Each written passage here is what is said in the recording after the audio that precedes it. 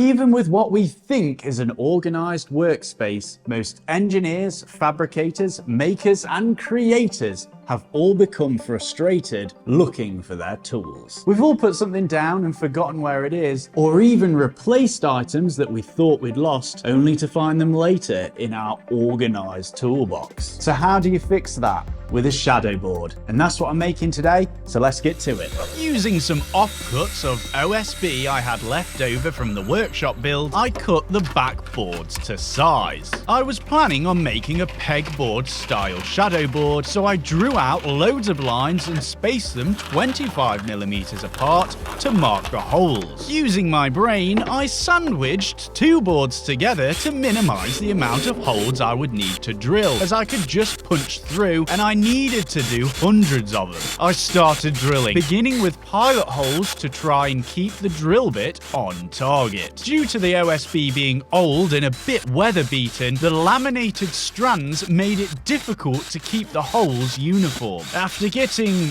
partway through, I felt like I was whizzing in the wind, so I decided to take a different approach, as this was taking ages. Tossing out the originals, I'll start from scratch with two newly cut pieces.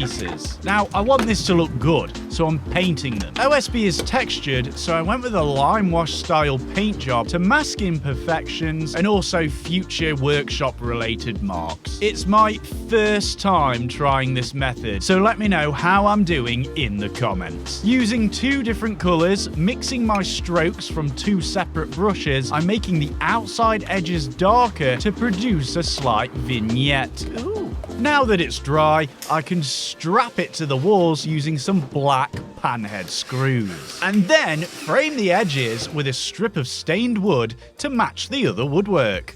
I moved away from the perforated wooden sheet pegboard idea and focused more on a shadow board design just to save time. This means I won't be able to change the items that live on the shadow board as easily, so I'm reserving space for my most used tools. We're getting somewhere. I've been using these little wooden dowels to help stick everything to the walls, but for things that need a little bit more length, I've made these other ones. These are just 6mm doweling. I've just cut these myself just so they're a little bit longer than the pre-made ones. Adds a little bit of an extra length on the hanger just so if the wall's banged, it won't fall off. So for example, if I'm going to put some pliers on there, they'd be this way around, and then I'm marking where the pegs are going to go and I'm making sure it's level.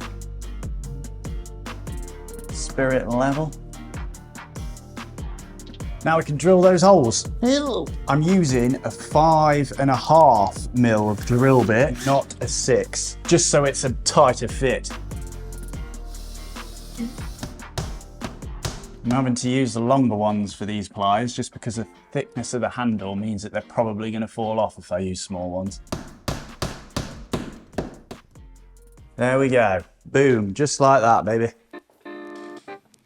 The paint job on the shadow boards kind of reminds me of the backdrop that you'd see on a high school prom photo. I really like how they've turned out though. I've filled this one with tools, I've left the other one blank, as when I start to work in here more, I'll know what tools are suitable to go up there, as I only really want to fill them with my most used stuff. If you want to see how I kitted this place out and did the internals of the workshop, that video is available for your viewing pleasure right here. Make sure that you subscribe and like this video. You've made it to the end. I'm Andre, and thanks for watching.